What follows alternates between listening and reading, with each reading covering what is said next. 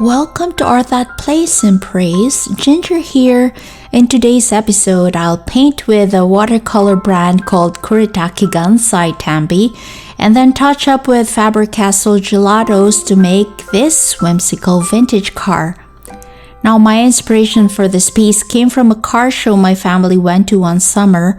The parking lot was covered with hundreds of restored vintage cars, and they're really awesome. They came from the early 1920s, 30s, 40s, and even up to the 70s, I think.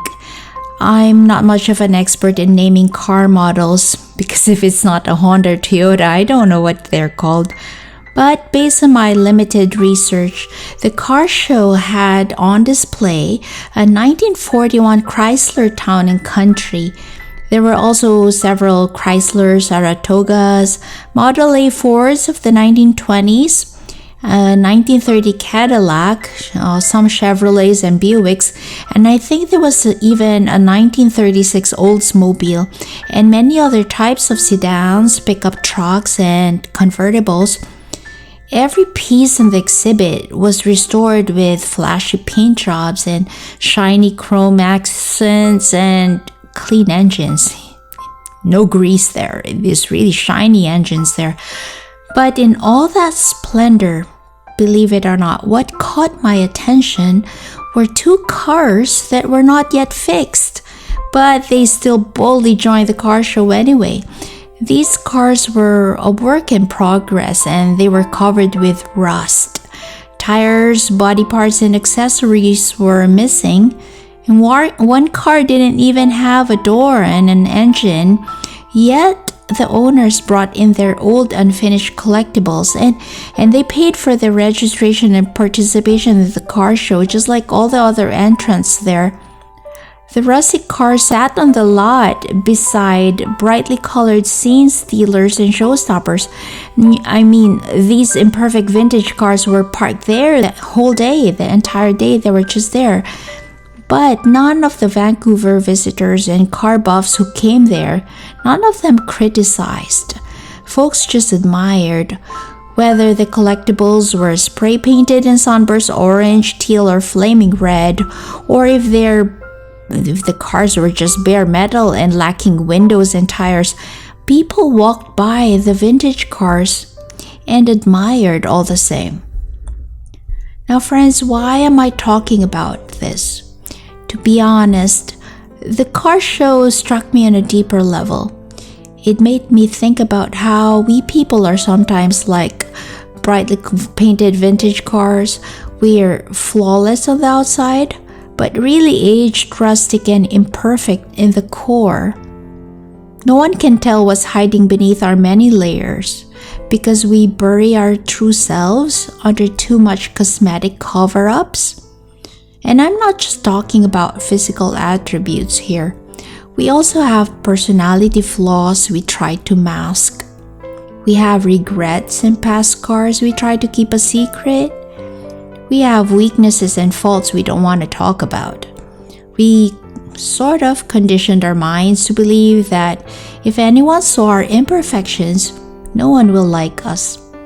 That's probably why most people use tons of beauty filters on their selfies before uploading photos in their social media like Instagram or Facebook.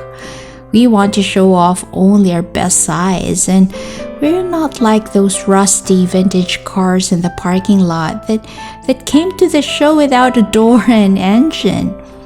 We don't normally go off bragging about our inadequacies.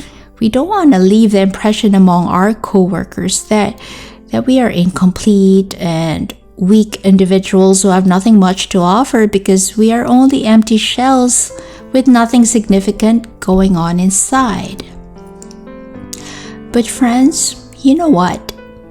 Sometimes it's an admirable thing to admit we're flawed too. It takes humility and guts to expose our rusts, our dents, and to be proud of the shape and size we're in. It's a heroic accomplishment, really, to take off our masks and to be truthful to our inner selves, to stop faking, to stop hiding, to stop pretending to be bigger than who we really are. It's perfectly alright, to admit we are not always put together, that we're lacking in some areas. Because the truth is, all of us humans, without exception, all of us are a work in progress anyway. God is constantly shaping and teaching us, and it might really take a long time. It might take a while to get to the place where we want to be. So in the meantime, let's embrace who we are with all our burdens, our failures and defects. Because you know what? Showing off our true nature makes us uniquely beautiful too.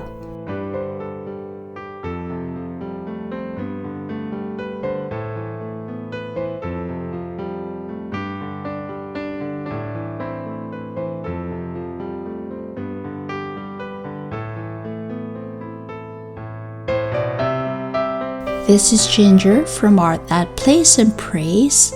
I'm glad to have you with me today. If you like this video, I invite you to subscribe to this channel and to hit the bell icon below for future notifications. I hope you can come join me again next time. Until then, take care and God bless you.